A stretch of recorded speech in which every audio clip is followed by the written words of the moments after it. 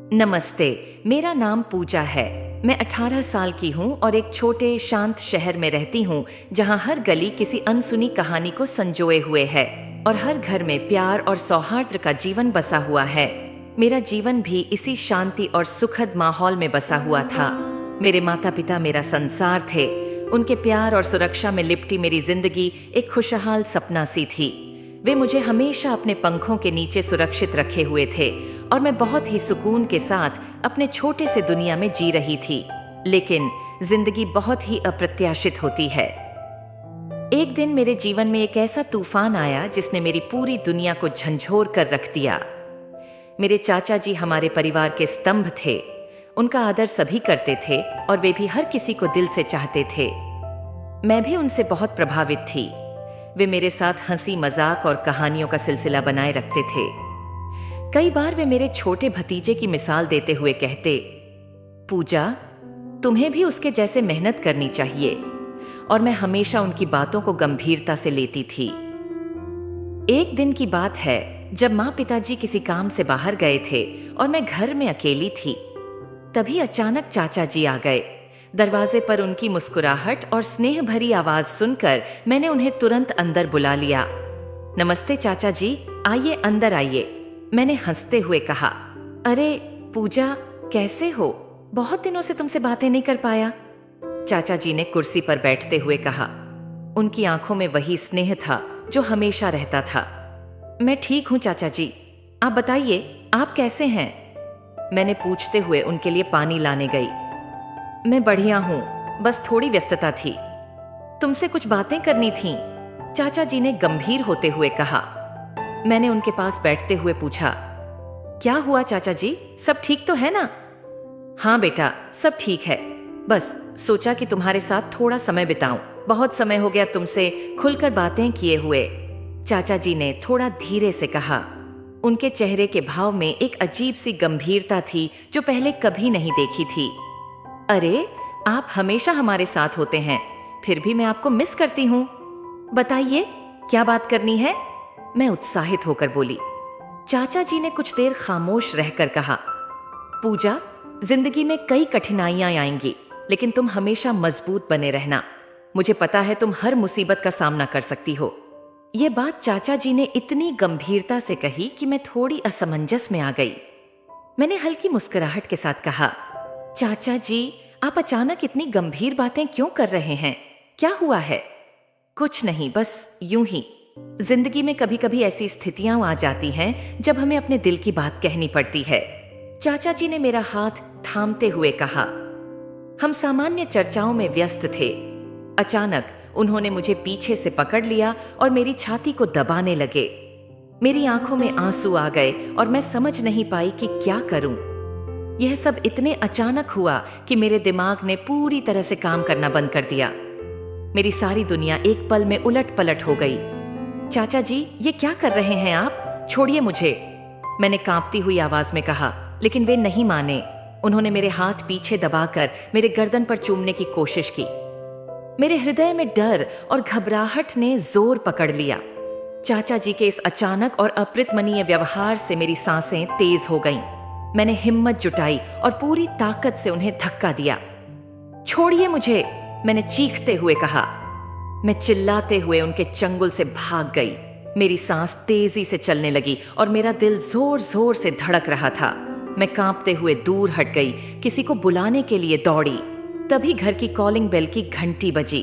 मैंने दरवाजा खोला और देखा कि मेरे मम्मी और पापा घर आ चुके थे। मुझे देखते ही उनकी आंखों में चिंता की लहर दौड़ गई। मैं रोते हुए उनके पास दौड़ी और सब कुछ एक ही सांस में कह डाला। मेरी मम्मी ने मेरी बातें सुनते ही चिल्लाते हुए चाचा जी से पूछा, तुमने ऐसा क्यों किया? तुम्हें शर्म नहीं आई पूजा के साथ ऐसी हरकत करते हुए? मेरे पापा का चेहरा गुस्से से लाल हो गया। हमने तुम्हें हमेशा घर का सदस्य माना और तुमने हमारे भरोसे का ऐसा गुनाह किया? चाचा जी बगलें झांकने लगे और फिर गिड़गिड़ाते हुए बोले, मुझे माफ कर दो, मुझसे गलती हो गई। मेरे पापा ने बिना एक पल गंवाए फोन उठाया और पुलिस को कॉल कर दिया। पुलिस कुछ ही मिनटों में हमारे घर पहुंची और चाचा जी को गिरफ्तार कर ले गई। यह तुम्हारे कर्मों का फल है, मेरे पापा ने कड़े स्वर में कहा। मेरे चाचा को कड़ी सजा मिली और उन्हें जेल भेज दिया गया। इस घटना के बाद मैंने परिवार से और भी मजबूत सहारा पाया। मेरे मम्मी पापा ने मेरी हिफाजत में कोई कसर नहीं छोड़ी। इस घटना ने हमें और भी करीब ला दिया और मैंने महसूस किया कि मेरे परिवार का प्यार और समर्थन मेरी सबसे बड़ी ताकत है। कुछ महीनों बाद एक शाम की बात है। मैं अपने कमरे में पढ़ाई कर रही थी कि तभी दरवाजे की घंटी बजी। मैंने दरवाजा खोला और देखा कि चाचा जी खड़े थे। उनके चेहरे पर गहरी पछतावे की लकीरें साफ दिखाई दे रही थीं। वे धीरे धीरे अंदर आए और सोफे पर बैठ गए। मेरे माता पिता भी वहीं थे, स्थिति को समझने की कोशिश कर रहे थे।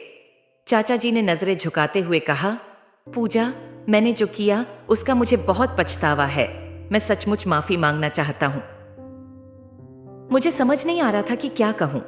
उनकी आवाज में सच्चाई थी, लेकिन मेरा दिल अभी भी डर और अविश्वास से भरा था। मैंने नजरें अपनी माँ और पापा की तरफ घुमाई। वे चाचा जी की बातों को सुन रहे थे, लेकिन उनके चेहरे पर भी चिंता और दुविधा साफ दिखाई दे रही थी। मेरी माँ थोड़ी देर खामोश रहने के बाद धीरे से बोली, क्या हम उसे एक और मौका नहीं दे सकते? शायद उसने सच में सुधार कर लिया हो। मेरे पापा ने गहरी सांस लेते हुए कहा, पूजा, ये तुम्हारे ऊपर है। अगर तुम महसूस करो कि उसे एक और मौका देना सही होगा, तो हम तुम्हारे फैसले के साथ हैं। मैंने अपनी भावनाओं को संभालते हुए धीरे से कहा, चाचा जी, मैं आपकी माफी को सुन सकती हूँ, लेकिन मेरे दिल में अभी भी डर और अविश्वास है। यह समय के साथ ही ठीक हो पाएगा। चाचा जी ने सिर झुकाते हुए कहा, मैं समझता हूँ पूजा, मुझे बस एक मौका चाहिए तुम्हारा विश्वास जीतने का। अगर तुम कभी भी विश्वास कर सको तो मैं यही सोचूंगा कि मेरी गलती का कुछ प्रायश्चित हुआ है। मैंने हल्के से सिर हिलाया। हम सब गहरे खामोशी में लिपट गए। ये रास्ता आसान नहीं होगा, लेकिन वक्त के साथ हम सभी ने यह महसूस किया कि रिश्तों में माफी और सुधार का महत्व कितना बड़ा होता है। मुझे अपने माता पिता का समर्थन और प्यार हमेशा मिलेगा, और शायद एक दिन मैं भी पूरी तरह से माफ कर पाऊं। समय बीतता गया और हमारे घर में चाचा जी का आना जाना थोड़ा सामान्य होने लगा। हालांकि मेरे दिल में अब भी उनके प्रति एक अस्थायी अविश्वास बना हुआ था। वे अक्सर अपने व्यवहार से दिखाने की कोशिश करते रहे कि उन्होंने सच में सुधार कर लिया है। एक दिन हम सब साथ खाना खा रहे थे। चाचा जी ने एक कोशिश करते हुए कहा, पूजा, क्या तुम मेरे साथ बाजार चलोगी? तुम्हारी पसंद की एक किताब खरीदनी है। मेरे माता पिता ने सहमति के संकेत में सिर हिलाया, लेकिन मेरी दिल की धड़कन तेज हो गई। मैंने अपने डर को काबू में रखते हुए हिचकिचाते हुए कहा, ठीक है। बाजार जाते समय चाचा जी ने शांत और आदर भाव से बातचीत की। उन्होंने एक पल में कहा, पूजा, मैं जानता हूं कि मेरे पर तुम अब भी अविश्वास महसूस करती हो, लेकिन मैं सच में बदल गया हूं और अब तुम्हारे भरोसे को दोबारा जीतना चाहता हूं। मैंने उनकी आंखों में झांका और कुछ आत्मीयता महसूस की। मैंने धीरे धीरे कहा, मैं कोशिश कर रही हूं। हम बाजार पहुंचे और किताब की दुकान में गए। मैंने अपनी पसंद की कुछ किताबें देखीं और चाचा जी ने तुरंत बिना किसी विचार के उन्हें खरीद लिया। ये छोटे छोटे व्यवहार मुझे एहसास दिला रहे थे कि शायद वे सच में सुधार के रास्ते पर हैं। घर लौटते समय रास्ते में मैंने कुछ बातें साझा की और महसूस किया कि हमारे बीच का संवाद थोड़ा सरल और आरामदायक हो गया है। इस यात्रा ने मुझे थोड़ा और सहज बनाया। दिन बीतते गए और समय के साथ मैंने देखा कि चाचा जी के व्यवहार में स्थिरता और सच्चाई है। वे मेरी बातों का सम्मान करते और मुझसे हमेशा आदरपूर्ण व्यवहार करते। कुछ महीनों बाद एक दिन मैंने चाचा जी से कहा, आपने जो गलती की थी वह माफ करना आसान नहीं है, लेकिन आपने अपने व्यवहार से यह साबित कर दिया है कि आप सच में पछता रहे हैं और सुधार के रास्ते पर हैं। मुझे खुशी है कि मैंने आपको एक मौका दिया। चाचा जी की आंखें भर आईं और उन्होंने कहा, पूजा, तुम्हारे इस भरोसे के लिए बहुत धन्यवाद। मैं हमेशा इसका सम्मान करूंगा। हम सभी यह समझ गए कि माफी और सुधार के लिए समय और धैर्य की आवश्यकता होती है। यह रास्ता आसान नहीं था, लेकिन एक दूसरे के समर्थन और समझ से हमने इससे भी पार पाया। शनिवार की वह शाम थी जब सूरज पश्चिम की ओर जाते जाते आकाश को अपनी लालिमा से सजा रहा था। मैं सीढ़ियों से तेजी से उतर रही थी, तभी मेरा पैर फिसल गया और मैं धड़ाम से गिर पड़ी। अचानक से उठे दर्द ने मेरी कमर को चीर कर रख दिया। मम्मी पापा उस समय घर पर नहीं थे और घर में सिर्फ चाचा जी ही थे। मेरी चीख सुनकर चाचा जी भाग कर आए और मुझे उठाकर उनकी गोद में उठा लिया। दर्द से कराहते हुए मैं उनकी ओर मदद की उम्मीद से देख रही थी। उन्होंने मुझे अपने बेडरूम में लेकर आए और मुझे बिस्तर पर धीरे धीरे लिटा दिया। चाचा जी ने मेरी ओर देखा और बोले, तुम घबराओ मत, मैं यहाँ हूँ, मैं तुम्हारी मदद करूंगा। उन्होंने एक बोतल से गर्म तेल अपने हाथ में लिया और धीरे धीरे उसे मेरी कमर पर मलने लगे। शुरुआत में उनका स्पर्श राहत देने वाला था और दर्द धीरे धीरे कम होने लगा, लेकिन कुछ ही समय बाद उनका स्पर्श बदलने लगा। उनके हाथ अनैतिक सीमाओं को पार करने लगे और मेरी सहमति के बिना उन स्थानों पर जाने लगे जहां जाने का कोई अधिकार नहीं था। एक अनजाने भय और असहजता ने मुझे जकड़ लिया और मुझे एहसास हुआ कि यह स्पर्श अब मददगार नहीं रहा। यह अनुभव मेरे लिए अत्यंत कष्टदायक और दिल को चोट पहुंचाने वाला था। हमें उन्हीं पर निर्भर रहना था जिन पर हमें अपनी सुरक्षा के लिए भरोसा था, लेकिन कभी कभी वही व्यक्ति हमारी उम्मीदों को तोड़ देते हैं। मेरे दिल की धड़कनें तेज हो गईं और एक गहरी असहजता ने मुझे घेर लिया। मैंने अपनी पूरी ताकत जुटाकर उनसे दूर हटने की कोशिश की और चीखते हुए कहा, चाचा क्या कर रहे हैं आप? लेकिन मेरी आवाज ने जैसे उनके भीतर की हैवानियत को और बढ़ा दिया। चाचा जी ने अचानक से मुझे और भी जोर से पकड़ लिया और धमकी भरे स्वर में कहने लगे, अगर तुमने किसी को बताया तो ये वीडियो वायरल कर दूंगा। इस धमकी ने मेरे होश उड़ा दिए। उनके शब्दों का मतलब समझते ही मेरे शरीर में सिहरन दौड़ गई। उनके पास ऐसा वीडियो था जो अगर उन्होंने किसी को दिखाया तो मेरी इज्जत मिट्टी में मिल जाएगी। वीडियो की एड में उन्होंने मेरे साथ फिर से वही घिनौना काम किया। उन्होंने बार बार वही सब किया जिससे मैं डर और अपमान की जंजीरों में जकड़ी हुई थी। मेरे पास ना तो कोई सहारा था और ना ही कोई बचने का उपाय। किसी को भी बताने का साहस करना मेरे लिए नामुमकिन था, क्योंकि उनके पास वह वीडियो था जिसे वह वायरल करने की धमकी दे रहे थे। इस डर की वजह से मैं चुपचाप सब सहन करने पर मजबूर हो गई। चाचा जी ने मुझे बार बार अपने गंदे इरादों का शिकार बनाया। जो काम वह चाची के साथ करते थे वही मेरे साथ बिना किसी झिझक के करने लगे। मुझे लगता था कि शायद यह कभी खत्म नहीं होगा और मेरे अंदर की हर उम्मीद टूटती जा रही थी। इस अनुभव ने मेरे आत्मसम्मान को बुरी तरह से ठेस पहुंचाई और मुझे अंदर से पूरी तरह तोड़ दिया। लेकिन इस घिनौनी स्थिति ने मुझे एक महत्वपूर्ण सीख दी कि हमें किसी भी स्थिति में हार नहीं माननी चाहिए और हमें अपने अधिकारों और सम्मान की रक्षा के लिए आवाज उठानी चाहिए, भले ही परिस्थितियां कितनी ही डरावनी क्यों ना हो। अगले दिन मैं स्कूल में नेहा से मिलकर बात करने लगी। नेहा, मुझे तुमसे कुछ बहुत जरूरी बात करनी है। मुझे समझ नहीं आ रहा कि कैसे शुरू करूं, पर मुझे तुम्हारी मदद चाहिए। नेहा बोले, अरे क्या हुआ? तुम इतनी परेशान क्यों हो? तुम मेरे पास रहो और खुलकर बताओ, जो भी है मैं तुम्हारे साथ हूँ। नेहा, चाचा जी, उन्होंने मेरे साथ वो सब कुछ किया जो एक पति पत्नी के बीच होता है।